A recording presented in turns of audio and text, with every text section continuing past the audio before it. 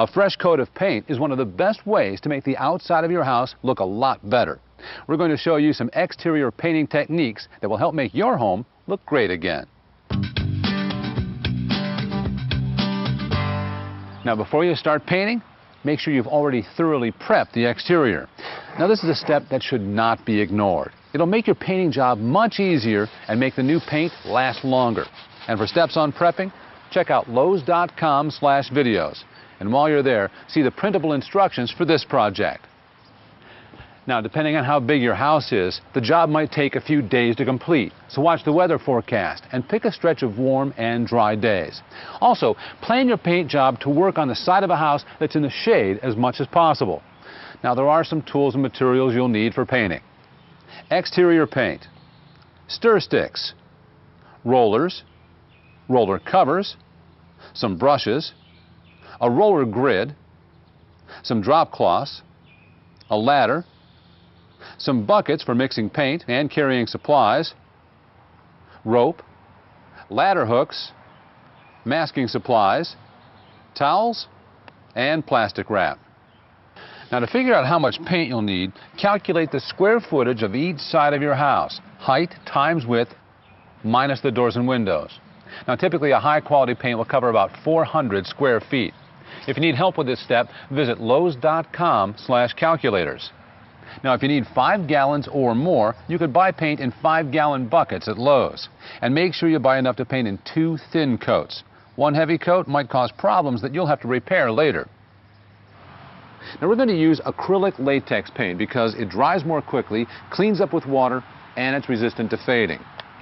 Now, whenever you're using 2 or more containers of paint, mix them together in a separate bucket to ensure uniform color. Now, be sure to cover any plants or garden beds near your work area. And then just move the drop cloths along as you move your way around the house.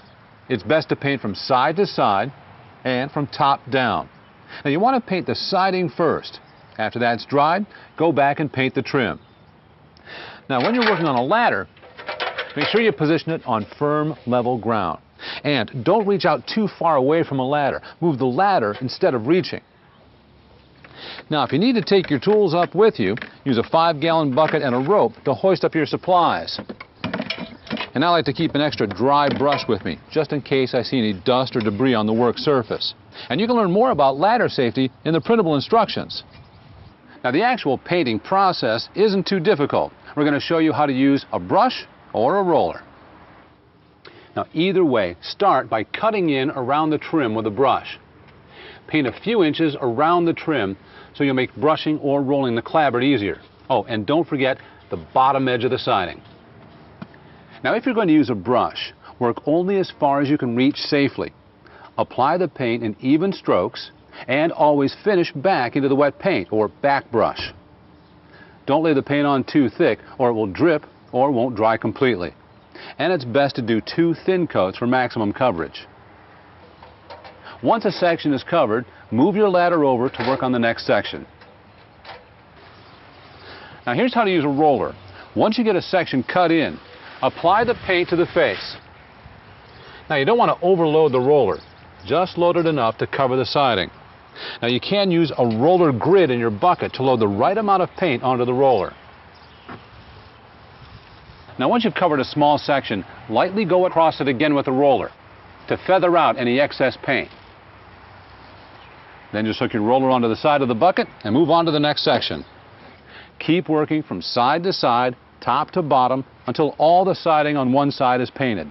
Then move on to the next side of the house. Now, if you need to take a break, finish the section you're working on.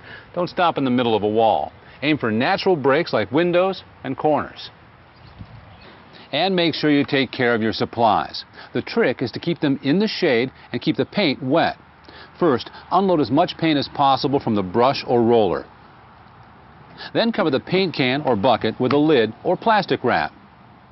Cover the brush or roller with plastic wrap and try to form the brush into its original shape. So now, when you're ready to go back to work, all you have to do is uncover your supplies. Now, once the paint is dried on the siding, it's time to tackle the trim work. So you might have to do some additional masking or remove some masking you've already put up.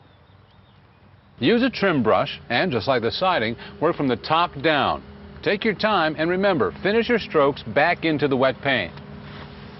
Now after you've completed 2 coats, remove any masking or tape still on the house. Check over the entire house one more time to make sure you didn't miss any spots. Then it's time for cleanup.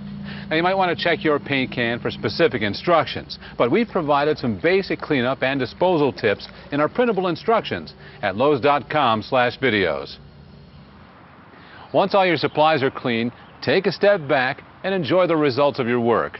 Now this house really needed a fresh look, and just by adding a couple coats of paint, now it looks like new. For more ways to improve your home, watch our other how-to videos at Lowe's.com/videos.